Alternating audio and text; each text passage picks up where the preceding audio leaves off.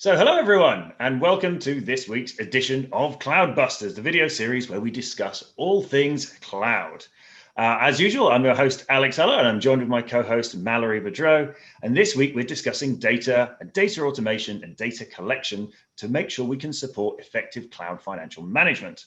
And this, as you probably might imagine, if you've been kind of dabbling with this in the public cloud space, it's actually a pretty big topic, and it's pretty complex when you start getting into it. We're covering tagging, the visibility I get, how do I use that to drive effective chargeback and showback, and then how do I actually make sure I can make changes there if I want to make adjustments or optimizations to what I'm using in public cloud.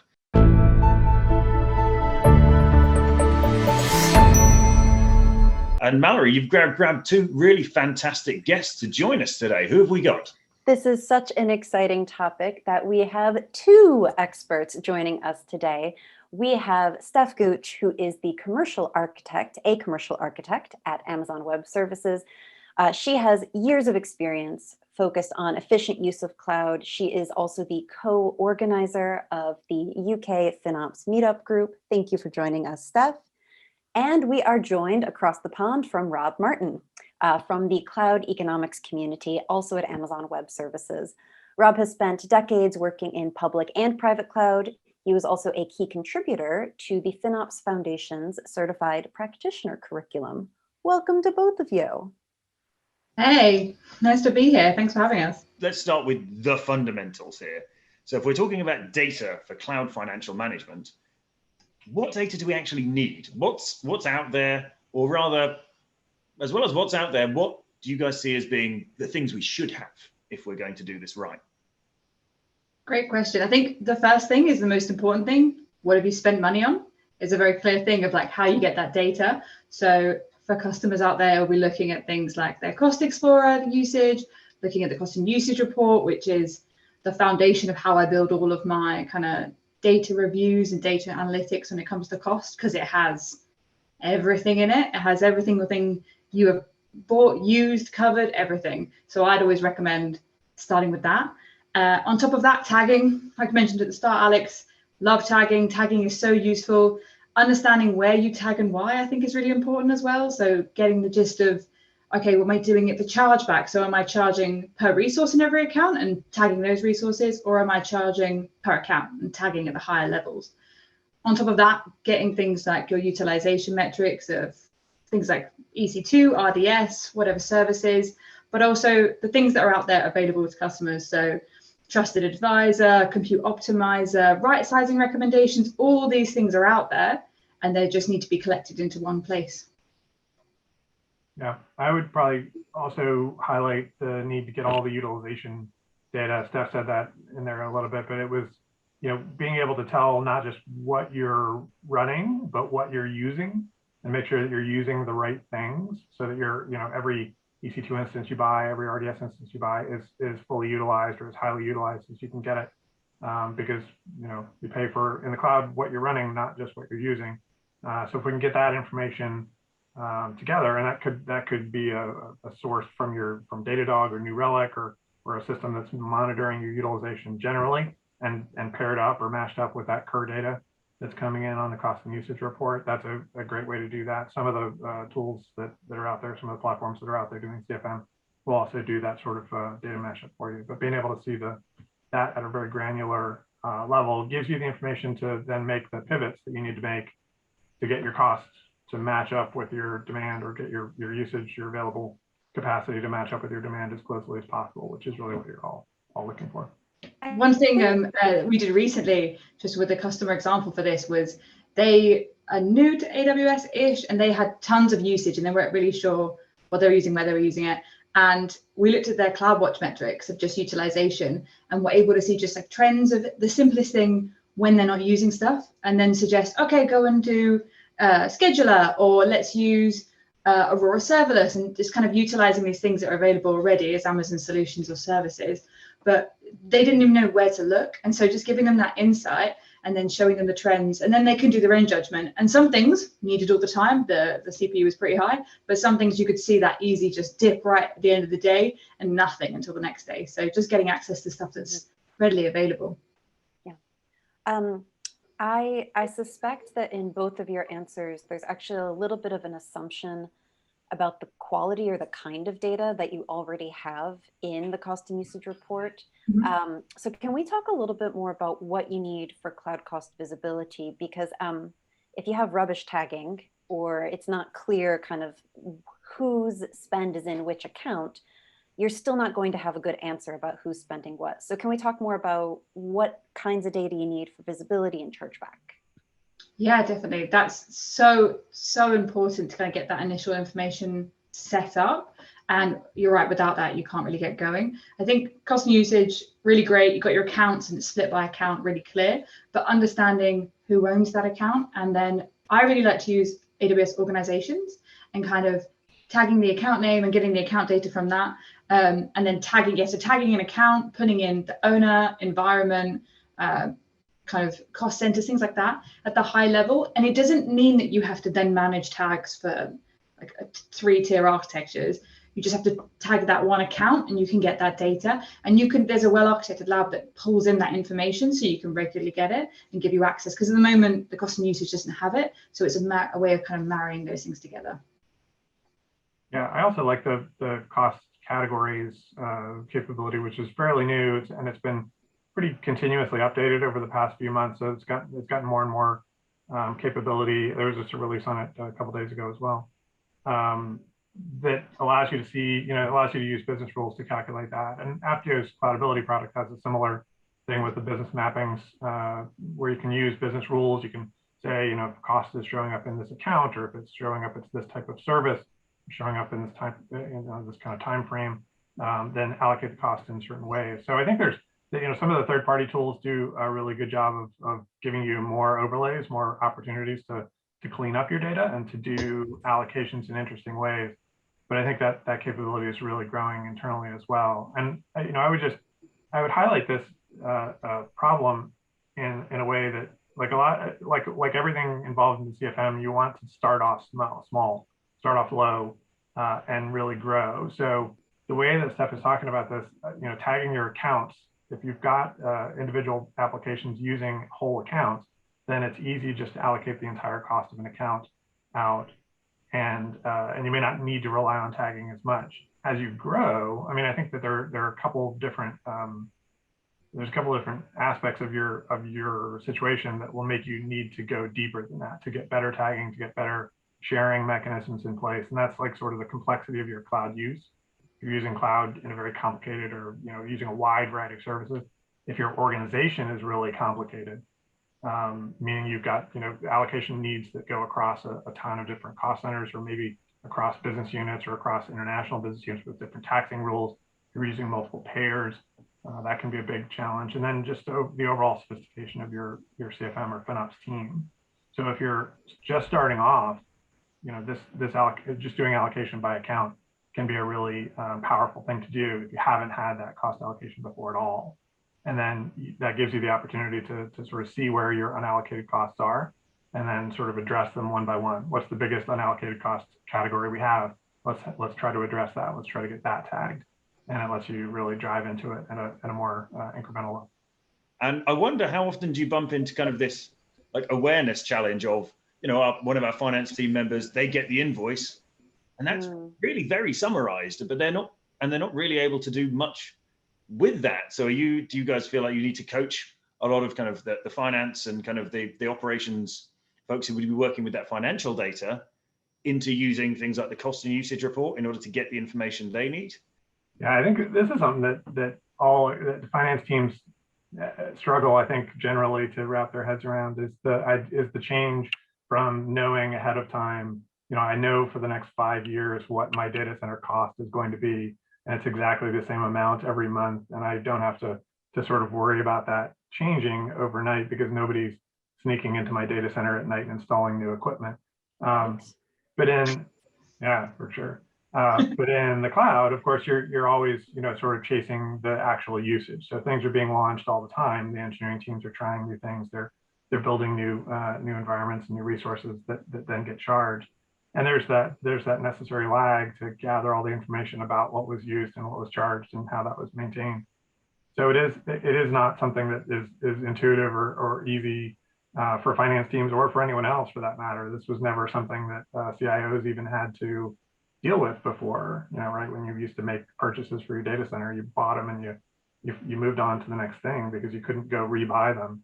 Now I can, and I need to have the expertise to understand which things I should rebuy each day. And that's essentially what the FinOps or the CFM team is there to do, to provide that decision support for the CIO to say, these are the resources that we should keep running. These are the things that we should do. So I think there is a definite learning process. As Steph said, having the teams trust one another to be able to say, I trust that you're tracking the costs effectively and I can pay this invoice because you say that the invoice is matching up with the detailed data in the back, is really a powerful thing. And that's something that the FinOps team can do as well, bringing the organization together with that kind of culture of accountability and the cost to responsibility. So you've both hinted at it, and I'm just going to ask the question straight out because you're talking around it a little bit. But you've mentioned different personas and different teams all looking at cloud cost, right? Like the finance folks get the bill, and all of a sudden this poor gentleman has to spend hours reconciling. And then you've got this FinOps team, you've got CIOs that Rob was talking about. So Rob, let's just call a spade a spade. Who's actually looking, or who should be looking at all of this data that we're talking about? The unfortunate answer is everybody should be looking at all this data that everybody's putting out. There's a definite need for the finance teams to be able to see finance and accounting and procurement, to be able to see what we've committed to, what a company is committed to, what is being spent of that commitment, and then to really manage the process or understand the process of, are we getting what we're getting value for what we've paid for. The engineering teams need to have that information clearly, because cost has to be the primary non-functional requirement for all systems. You need to be able to understand what your cost is going to be, because, again, going back to the data center analogy, I could never use up more resources than I was allocated in the data center in the old days. So I didn't, even if I ran at 100% capacity, I wasn't ever going to be using up imaginary equipment that didn't exist there that was going to increase my cost overall. In the cloud, you've got an almost unlimited sort of crab-like salad bar out there to buy these great services, and so you need to have those controls in the hands of the engineers who have the authority and the ability to launch those resources. They've got to have that visibility so that they can be responsible for the things they run. And if they don't have the visibility, which they never had to have technically before, then they can't make those good decisions. Engineers aren't doing things because they're malicious. They're doing things because they're trying to get their job done, and giving them the information about what those things cost gives them another lever to pull, another thing to work on their architecture.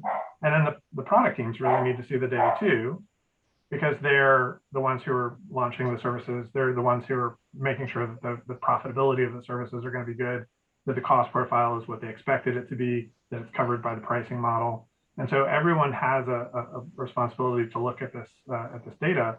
And that's why we want to distribute that data as widely and as broadly across the organization as we can. Yeah, great points. To add on to that, the other thing to consider is what data you're giving them to help them do their job. So going back to my example of the finance guy, he wants to see the summary of who pays for what and what cost center goes to it. So if that's 10 accounts, that's 10 accounts, he wants to see one number. If it's 100 accounts, he wants to see one number. Whereas the devs, they want to see that breakdown of environment. They want to use the tags that we spoke about earlier. So one key thing it's not just about sharing one report kind of fits all. It's about understanding nuances of who needs what and how to give it to them in the regular format. So again, finance going to want it at there's a certain day of that month they need that data by, and you have to give it to them by then, otherwise the bills are not going to be paid. Whereas the devs might want kind of weekly review for their retros, or a bi-weekly review for their retros to see how much they're spending. And it's about asking that question to those people and seeing what they want, because when I first started doing this, I just assumed I knew what everybody wanted. And then until you ask that question, you're probably going to get it wrong. So it's definitely about speaking to those different groups and seeing what they need. Good stuff, Rob. Now, back to that sweet cost and usage data. Steph, question for you. Bringing all of this data together, let's talk about not only how do you collect this data, but more importantly for you and some of your favorite activities, how do we automate it? Oh, my favorite topic. Everybody knows that I love Lambda, that I love data collection. It is my favorite thing. And I come from a DevOps background, so I just want to automate everything. I mean, I'm not a Python developer, but I use Python in Lambda to collect most of the data. And that's how I suggest people do it. I mean, if you know another language, that's fine. You want to use a different service, all good. But that's kind of my bread and butter. So the way I approach it, and I approached it for almost any solution I have for this area, is I kind of write a Python script to collect something like, I don't know, a list of EBS volumes in an account. And then I'll kind of shove that off into S3 and then put Athena over the top. And then you can visualize that data. You can partition it into months and years and look how you're doing. So a great example is the new GP3 volume has come out. So if you want to track how much you're migrating from GP2 to GP3, you can look at that historic data and kind of track those trends. And then maybe if you want to plug that into your cost and usage report, or if you want to use your tags, you could marry that up and then say, okay, this account is done really well. This account we need to work on next. It's spending the most on GP2, and we could definitely benefit from the GP3 here.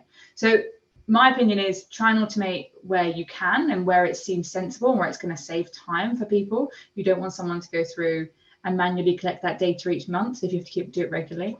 And there's a lot of really good resources out there. The Well-Architected Lab have some resources that do it, but also kind of get your hands dirty, play with some Python scripts. GitHub has a ton of kind of things readily available, but that's kind of the way I approach it. And when I did my chargeback reporting for KPMG, and when I suggest it now with our customers, the main thing I say is like, this kind of mechanism works. Try that and see if it works. If you're at scale, you might want to use Redshift, but that's how I approach it, is Lambda function to get data, put it in S3 and put Athena over the top.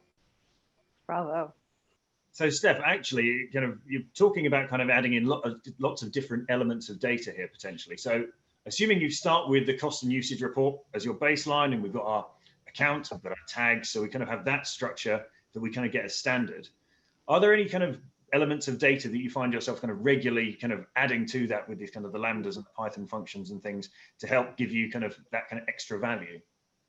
Yeah, so I think little things like we use trusted advisor data to connect things. So seeing if you collect trusted advisor data, if you have access, it will highlight resources that potentially could be optimized and save money. And so because the resource IDs are in that, you can do a like for like kind of join and see what savings you could make. So you can kind of see the cost, the savings, and then you could put that all into a nice pretty dashboard or something, or send reports out to people. And that's kind of one thing that I like to connect.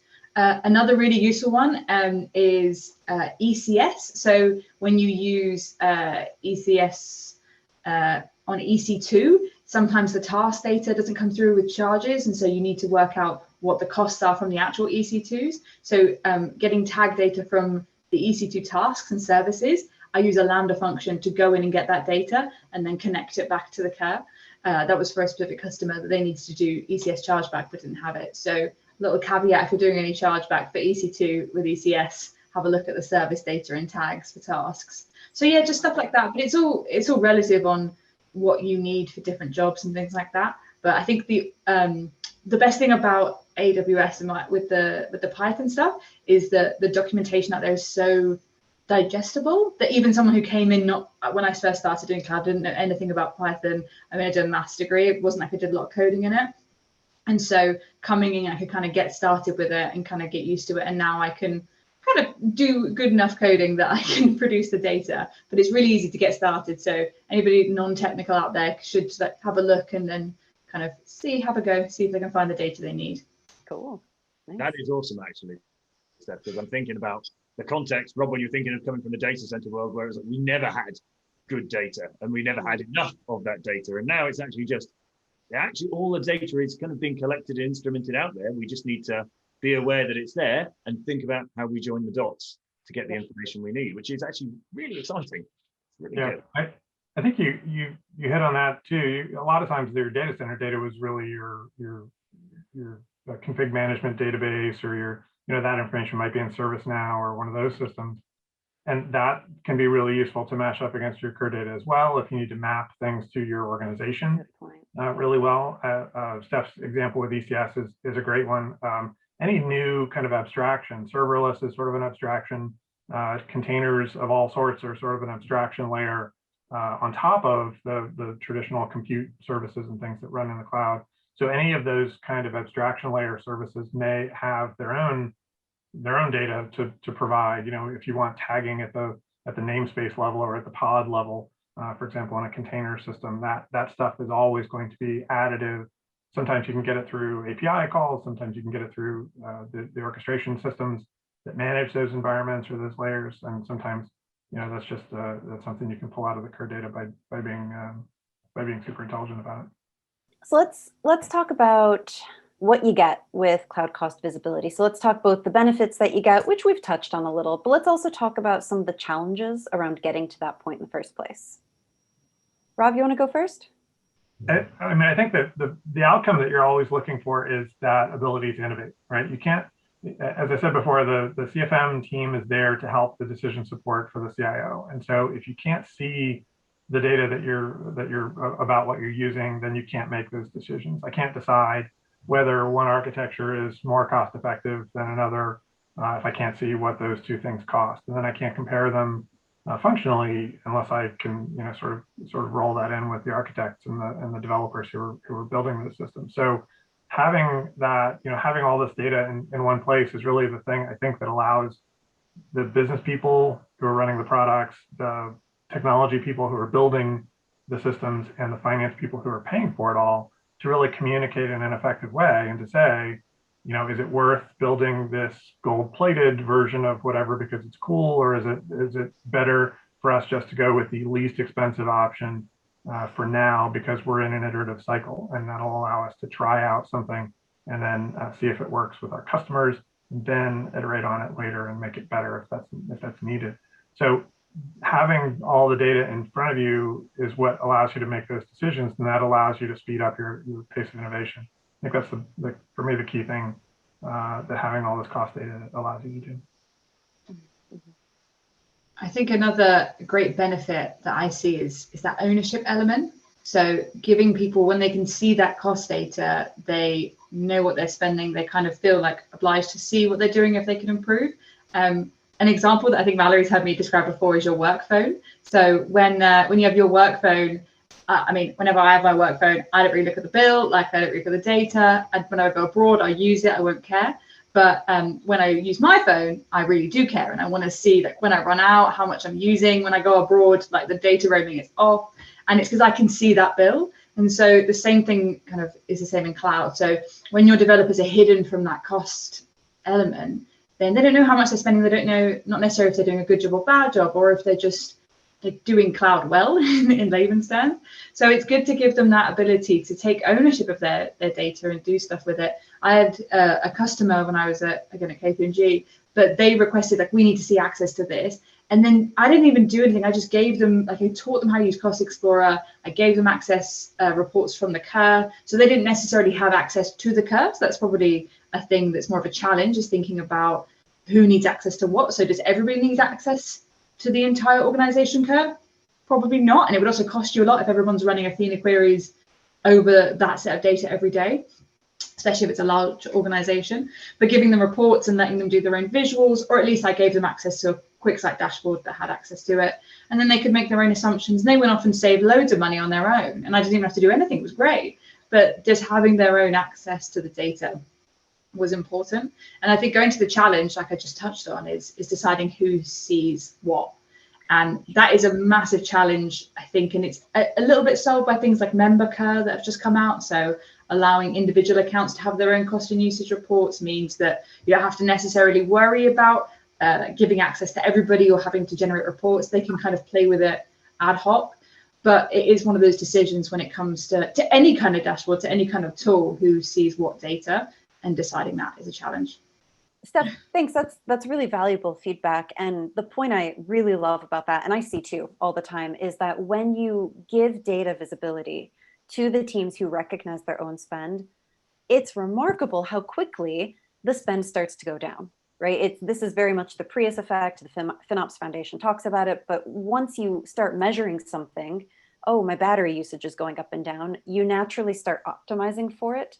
and you're still going to use the battery sometimes, or you're still going to go to the salad bar and get the cheese, even though the cheese is expensive and heavy, instead of the spinach, which is light and better for you, right? There are still good reasons to spend money on extra cheese or extra battery. But at the same time, you become aware that your behavior is linked to cost, right? And that is so powerful when you're starting to tiptoe into cost optimization, which is exactly what we're going to do now. So let's talk a little bit about where organizations need to start as they look at optimization opportunities. First off, that's a way better salad bar analogy than I was using. So thank you for that. You planted the seed. Because I'm going to steal that for sure. Where should we start? I think, as with all things FinOps or CFM, you're going to start with the low-hanging fruit, right? You're going to start to, even at a very summarized level, having a view of what you're spending, even by service or by account, lets you go and tackle things that appear out of norm or out of sorts. So as I look at everybody's accounts and I see this one account is exceptionally large, and I just commonsensically wouldn't expect that at one account to be exceptionally large, that causes me to go in and look for something that might be wrong, right? So being able to see the cost and leads me on those little breadcrumb journeys to say, well, there seems to be a lot of this kind of service running in this account. What might we be doing with that amount of that service? It lets me ask questions that provide input to allow me to make better decisions, or allow me to, talk to the whole team, the whole CFM organization about making better decisions. So I might find that I'm using too much of a storage service, and I didn't expect that. Now I can look for opportunities to either turn some things off or delete some things that are no longer being used, or there may be good business justifications for spending that amount on that type of service. And in doing that analysis, I find that out. And then I understand why we're doing that. And also everyone understands the value that we're getting from that. So I think you really start with those kind of low-hanging fruit. You go around and look at the biggest thing that you're spending on. You look at the services you're spending on the most on, the accounts you're spending the most in, and then you take those small actions. And as you go, the opportunities you have to improve get smaller and smaller, or deeper and deeper, I would say, to the point where you start to have to do more detailed analysis, more investigation. And maybe you determine that your cost allocation mechanisms aren't sophisticated enough or granular enough. And that might be the time when you turn from doing optimizations to going back and saying, let's improve the way that we're doing our cost allocation a little bit, so that we can now see more granular data and do another round of more complicated cost optimization steps. And just to add one thing to that is, you kind of covered it, Rob, but just not trying to boil the ocean with starting to optimize. So you can look at everything and be like, oh, I could save millions and millions of dollars by doing all this stuff, but you're not going to do that on day one. So trying to figure out which is a target that you can go for. Is there one account? Is there one group of accounts and one environment that you can start with? And then also kind of find out more information about how it works, how you deal with the different people. So again, those managers, those stakeholders, those developers, the finance people, and understanding how to communicate this with them, and also use it to kind of leverage more people to get involved. So use it as a use case. So if you find one account, you make it really optimized, share that with the rest of your organization, share what you've learned, and you can kind of get other people involved and get them to do it. We used to invest a huge amount of time in long-term forecasting and planning because we were locked in. Once we bought the hardware, we were stuck with it. We couldn't change it. And actually, it sounds like the case you're advocating for here is we actually can be a lot more reactive now. We are not locked in. We can change and adjust. So we don't have to invest so much time getting our business case or our forecast exactly right, because we can get there and change it to fit after the fact as we learn. Yeah, exactly. And you don't want to force people to build a fully formed, 3-layer development, test, and production system in the cloud, and then let it sit there for 8 months while we develop the software for it, right? We want to build the things that we need in the cloud at the time that we need them, and not until. So if I'm working in a development environment, I only have a development environment. I can do some interesting forecasting by, saying, here's how I've built my development environment. What if I launched that at scale? What would that cost? And it's really interesting to be able to do that kind of analysis. If I've got CloudFormation in use and I can build that infrastructure as code, I have had customers who've come back and said, I know what this is going to cost me in production, because I launched it, I built it in production, I let it run for 1 day, and then I tore it down. And I got 1 day's worth of cost. And now I've got a very good understanding of what I think that application is going to cost me when I launch it into production. That's a tremendously valuable thing to do, because sometimes you're going to find that that's not the right architecture, that's going to be way too expensive, or it's not going to have all the things that I expected it to have. And so you've got an opportunity to try that, and then to tweak it and to try it again until you get it quite right, and you're never sort of locked into that cycle. Yeah, I quite like that. It's less planning, more experimenting. You would like that, Alex. That sounds. I mean, right up your yeah, alley. my fingers are itching already. Sorry. All right, let's finish it out with a lightning round. Everyone's favorite optimization story. Who's got one? Who wants to start? So mine is that this is one of mine from KPMG, and it kind of centers around what we've been talking about. So data collection, and reporting on the data. So we were sending out reports to all the different teams about what they were spending money on. And one manager wanted to see every single service and every single account and how much he was spending every month. So I think he had about 40 projects, which times up about 3. So he had about 120 accounts that he was looking at, and however many services. So a ridiculous amount of data. I thought too much data, but he really wanted to see it. So he took this away and then came back to me and said, oh, I've actually just seen a trend. I'm spending $17,000 a month on Lambda in one account. And I was like, that's crazy. And it actually turned out that they had a Lambda triggering a Lambda, triggering a Lambda, and it just a cycle of spend that they had no idea was happening because they hadn't looked at the costs before. And also because in comparison to things like EC2, RDS, it was down the bottom of the list because those costs were so much larger. So it wasn't being flagged as like a big spend item in their cost explorer view. So they went in, turned it off, and immediately that cost dropped. So just another emphasis of giving people the data that they want to see really helped them save money. Oh man, right. It's a trigger. Oh boy, I could see how that happened. Oh man. I'll go next. I've seen this in a couple of different orgs where they have unusually high CloudTrail spend. And by unusually high, I mean CloudTrail spend in their top 10 services, which is just, I'm sorry, that's just not the type of service you would expect to see in your top 10. You expect to see EC2, S3, EBS, RDS. CloudTrail shows up in the top 10, and you start asking, well, why? How is it being used? How are you using this? And multiple times someone says, oh, well, we need multiple CloudTrail logs because they're going to different places, they're serving different purposes. Well, those in the know that the first log in CloudTrail is free, and then you pay for the subsequent ones. The trick is that folks much smarter and more technical than me can find ways to route one log to multiple places for multiple purposes. All of a sudden, you're able to use just that one log instead of the 2 or 3 you have, and your CloudTrail costs will drop, honestly, 90%, something like that. And it's a common enough mistake that I've seen at multiple places all across EMEA, and it's just that one little switch, boom, you're paying practically nothing for the same service. Okay. And one is a process optimization. So I'm going to stay away from the technical optimizations, but and this was a customer I worked with that I visited monthly in person, and I worked with them remotely during the month. And the recommendation, one of the first recommendations we made when we started to work with this customer was to purchase some reserved instances, which is typically one of the early things. And this was a time before savings plans, when purchasing a convertible, no upfront 1-year reserved instance was essentially as close to, in a small amount of money, was essentially as close to a no risk opportunity to save money as you could get.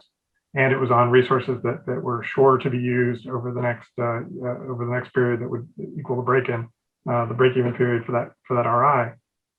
And the issue was not understanding that they would save money. The issue was not verifying that those resources would be used, that would be covered by this RI. The issue was not the technical side of it at all. The issue was getting the procurement team to understand the process of actually buying an RI, understanding how that thing was a different thing than a resource, and it was a different thing than the commitment that the invoice commitment that the company had to AWS. It was really just understanding that concept. And I went back month after month after month And so some of the data that we were reporting in those meetings, as we would meet with them month after month after month, was here's how much money you would have saved had you purchased this RI at the beginning. And it was heartbreaking to go in sort of month after month after month and say, do we understand that we're leaving this money on the table? This isn't something that we want to continue to do. And it was a relatively small amount of money in the grand scheme of things for this company, but it just spoke to the idea that you need to really learn about these things and take action on them. That the clock is ticking with these things because you're using the services at the time you receive the bill. You've already used them. You've already launched them. They're already charging to you. And so as a responsible user of cloud, you need to be able to take these actions quickly. And so having that, this company did a really good job, I think, at sort of minimizing the amount of cloud they were using during this time when they were becoming more mature on it. And eventually the procurement team came to the realization that this was something they wanted to do, and they pushed that button in the meeting and immediately asked, we should buy more of these. We need to buy more. Of course they did. And of course, that was an easy thing for them to do at that point because they'd sort of reached that plateau and said, okay, now we've reached this plateau of understanding about how this is going to affect our cost and how it's going to be, executed within the company. And so I think that was a big moment for them. It wasn't really a technical challenge. It was just a process challenge to get going. Well, Steph, Rob, thank you so much for joining us. Thank you for your tips, your stories, the salad bar analogy, which was perfect, the mobile phones as well. Can you please tell our lovely listeners how they can get more of these great analogies and other cloud advice? Steph, where can folks find you on the internet? So you can find me at AWS Steph on LinkedIn, and my email is awssteph@amazon.com. And you can also find me on my new Twitch show on the AWS Twitch channel, which is the Keys to AWS Optimization, which is going to be on Thursdays. And AWS Steph, reach out. Any questions, let me know. Oh, cool. Rob, what about you? Where can we find that beautiful cloud economics community? Well, there are a few beautiful cloud economics communities. One, you can reach me directly at cloudrob@amazon.com, which is my hard to live up to email address. You can also find me on the FinOps Foundation Slack. I'm in the AWS channel there, and oftentimes I'm opining about all these different topics in that community. And also on our monthly Peer Connect events, which are CFM Peer Connect events that AWS sponsors, which allow customers to sort of network and talk about CFM topics. We do those the third Wednesday of every month. And I'm still just upset that Steph's Twitch show isn't called the Great British CFM Show. It's because my co-hosts are American and they call it a different name in America. Fun fact. They call it Great British Bacon. Twitch. We call it the Great British Bacon Show over here as well. So the Great British CFM Show would be a smash hit.